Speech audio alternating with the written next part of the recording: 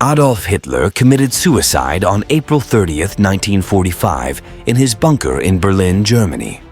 On May 7th, 1945, German General Alfred Jodl signed Germany's unconditional surrender on behalf of the German High Command. That surrender officially came into effect the next day, on May 8, 1945, marking Victory in Europe, VE Day.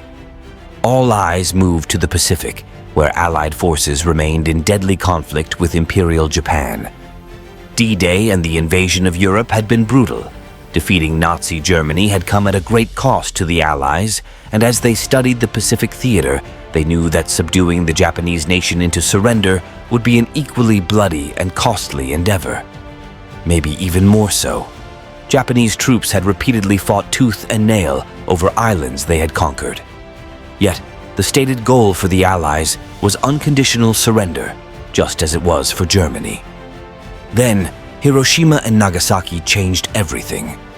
World War II was over, and the atomic era had begun.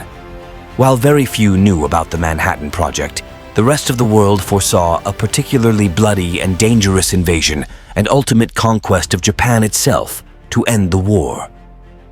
The military leaders of the Allies were well along in planning this invasion and occupation. Its name was Operation Downfall. The Pacific theater of World War II witnessed intense battles across the vast expanse of the Pacific Ocean. The island-hopping strategy employed by the Allies, particularly the United States, involved capturing strategically important islands to bring them closer and closer until within striking distance of Japan. By mid-1945, Allied forces had successfully captured key islands and were now in a position to contemplate a direct assault on the Japanese home islands. The Battle of Okinawa, which took place from April to June of 1945, was a chilling taste of what might be to come. American casualties at Okinawa were approximately 12,520 killed in action and around 38,916 wounded. Additionally, thousands of U.S. Navy personnel were killed or injured in naval operations off the coast of Okinawa. Okinawa demonstrated the sheer intensity of Japanese resistance and the effectiveness of kamikaze attacks. It was widely believed that resistance would actually intensify once Japan itself was being invaded. The planning for Operation Downfall was a meticulous process that took into account various factors, including the geography of Japan, the strength of the Japanese military, and the experiences of previous Pacific campaigns. The Chief of Staff of the United States Army, General George C. Marshall, played a crucial role in the planning process. Operation Olympic, the first phase of Operation Downfall, aimed at the invasion of Kyushu, the southernmost of Japan's home islands. The decision to target Kyushu was influenced by its proximity to Allied air bases, facilitating air support for the invasion. The planned landing date was November 1945. The assault on Kyushu was to be a large-scale amphibious operation involving multiple divisions. The initial landing zones included the beaches of Miyazaki, Ariake, and Satsuma. The invasion force was expected to face formidable Japanese defenses, including well-prepared coastal fortifications and a ferociously determined enemy. Air and naval superiority were critical components of the plan. The Allies intended to neutralize Japanese air and naval forces to establish control over the sea and air lanes, enabling a successful landing. The role of the Allied Pacific Fleet, including aircraft carriers and battleships, was pivotal in this regard.